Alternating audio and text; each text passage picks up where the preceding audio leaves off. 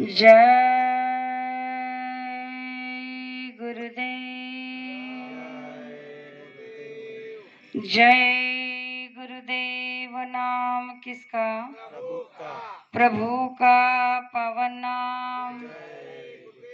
तो प्रेम से बोलिए जय गुरुदेव।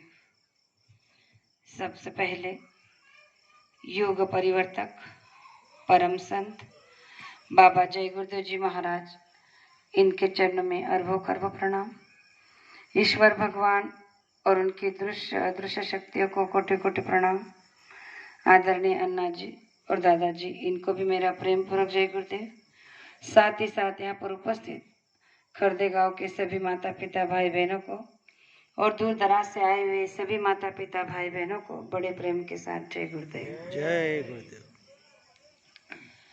आज का सत्संग का निमित्त हम सबको पता चल चुका है कि हमारे आदरणीय अजबराव जी आबा साहब, उन्होंने आज का सत्संग किस निमित्त रखा है इसका बहुत अच्छे से खुलासा हो चुका है। और इस कार्यक्रम का ये त्रिवेणी संगम है और उन्होंने इसी त्रिवेणी संगम में सबसे ज़्यादा महत्व सत्संग को दिया और उसी कार्यक्रम के निमित्त हम सबको ये सत्संग का मौका मिला। तो ये हमारा आपका निजी स्वभाव होता है कि अगर सत्संग को महत्व देना है तो हम हर हाल में हर परिस्थिति में किसी न किसी निमित्त को सत्संग का निमित्त बना देते हैं या फिर बना लेते हैं। तो गुरु महाराज बताते हैं कि ये अपने अपने संस्कार होते हैं। तो ये बड़ा ही परम सौभाग्य होता है उन जीवों का कि वो अपने संसार के भौतिक संसार के काम हो या चाहे फिर परमार्थिक काम हो, उस हर एक काम का श्रेय वो सबसे ज़्यादा गुरु को देना चाहते हैं, सत्संग को देना चाहते हैं। तो ऐसा बहुत कम देखने और सुनने को मिलता है, लेकिन जो गुरु महाराज के सानिध्य में प्रेमी रहते हैं उन्हें इन बातों को समझाने की जरूरत नहीं पड़ती कि सबसे ज़्यादा महत्व किसे देना चाहिए और किसे नहीं। तो वैसे ही संसार के साथ साथ परमार्थ में भी हमें सबसे ज़्यादा महत्व, सबसे ज़्यादा हमारा जो भी सब कुछ है वो सबसे ज़्यादा ध्यान हमें सदगुरु पर देना चाहिए, क्योंकि सदगुरु से बड़ा संसार में कुछ नहीं हो सकता। ये बात हम सब अच्छे से जानते हैं जिस दिन से हम सभी ने गुरु महाराज से नाम का दान लिया है।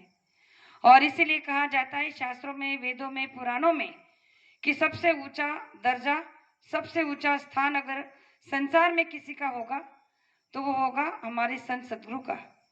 इसलिए गुरु से बड़ा संसार में कोई कुछ हो ही नहीं सकता। इसका प्रमाण गुरु महाराज ने एक बार अपने सत्संग के माध्यम से दिया था कि सेजोबाई कर एक भक्त थी जो अपने सदगुरु की बड़ी ही परम भक्त थी।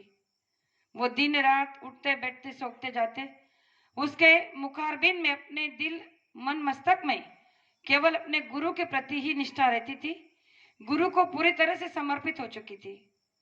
तो एक दिन ऐसे ही अपने गुरु की प्रतीक्षा में अपने घर की कुटिया के द्वार पर बैठी थी कि परमात्मा ने यानी ईश्वर ने उसे साक्षात दर्शन दिया और उसे कहा कि सहजो मैं तुम्हारी भक्ति से बड़ा प्रसन्न हूं और इसीलिए मैं तुम्हें दर्शन देने आया हूं। अब उसे देखकर सहजोबाई ने हाथ जोड़े प्रणाम किया तो परमात्मा ने कहा कि सहजो, तुम मुझे देखकर प्रसन्न नहीं हुई क्या? तुम्हें मुझे देखकर खुशी नहीं हुई? तो उस समय सहजोबाई ने बड़ा सुंदर जवाब दिया। उसने कहा कि प्रभु, आपने मुझ जैसे गरीब पर दया की और खुद आकर मुझे दर्शन दिया, इससे बड़ा और मेरा भाग्य क्या हो सकता है। लेकिन मैं अपने सदगुरु में आपका दर्शन, आपको हमेशा पा लेती हूँ, इसलिए मुझे आपका आने का, आपके दीदार दर्शन का जरा भी उल्लास नहीं हुआ। तो इस बात को देखते हुए परमात्मा ने, ईश्वर ने फिर से एक सवाल सहजोबाई से किया कि मैं तुम्हारी भक्ति से बड़ा खुश हूं, लेकिन अगर तुम्हारे दरवाजे पर आए हो तो क्या तुम मुझे अपने घर के अंदर नहीं लोगे? तब सहजोबाई ने हाथ जोड़कर ईश्वर से कहा कि आप मुझे क्षमा करिए। मैं आपसे एक विनती करना चाहती हूँ कि मेरे घर में केवल एक ही आसन है और वो मेरा संत सदगुरु का है। इसीलिए अगर आप मेरे घर में आओ तो आपको मेरे घर की भूमि पर यानी जमीन पर बैठना होगा। अगर ये आपको मंजूर है तो आप अवश्य घर के अंदर यानी भीतर आ सकते हो। तब ईश्वर ने कहा कि कोई बात नहीं, मैं तुम्हारी भक्ति से प्रसन्न हूं, मैं तुम्हारे घर में जमीन पर भी बैठने के लिए तैयार हूं। और जब सैजोबाई ने ईश्वर भगवान को अंदर लिया और जमीन पर जब उन्हें बिठाया तब उन्होंने कहा कि देखो, मेरा एक नियम है कि मैं जहां कहीं भी जाता हूं, जिस किसी को भी मैं प्रसन्न हो जाता हूं तो उसे मैं दान में कुछ भी देता हूं। तो मांगो, तुम्हें क्या चाहिए, आज तुम्हारा मांगने का दिन है। तब तब भी सैजोबाई ने एक बहुत ही सुंदर जवाब दिया। कहा कि आपसे क्या मांगू, मेरे सदगुरु इतने समर्थ है कि उन्होंने आपको मुझे कप का दान में दे चुका है। क्या कहा कि आप तो एक दानी हो, लेकिन मेरे संत सदगुरु इतने समर्थ है कि उन्होंने मुझे आपको कप का दान में दे दिया है, तो मैं आपसे क्या ही मांगू। तब ईश्वर ने फिर कहा कि देखो, अब तुम्हारे मेरे सारे सवालों के जवाब तुम्हारे पास है, लेकिन अब आखिरी जवाब मैं आपसे तुमसे करना चाहता हूं। क्या तुम्हारे घर में अब मैं आया हूं तो मुझे कुछ सेवा का मौका दोगी। तब भी सैजोबाई ने कहा कि देखो, अगर आप सेवा ही करना चाहते हो तो आज मेरे संत सदगुरु का आने का समय है और मैं उन्हीं की प्रतीक्षा में बैठी थी। अगर वो आए तो तुम उनके पीछे खड़े होकर उन्हें झूला झुलाना, यानी कि उनको हवा खिलाना एक झूले से। तब भगवान ने कहा कि कोई बात नहीं। और जब समय पर जब उनके संत सदगुरु आए, जिनका नाम संत चरकदास थे, जब वो आए तो झूले पर बैठने के बाद जब सैजोबाई उन्हें खाना खिला रही थी, भोजन करवा रही थी, तब भगवान ईश्वर खुद उन्हें पीछे से चावल डुला रहे थे, यानी कि झूला झुला रहे थे।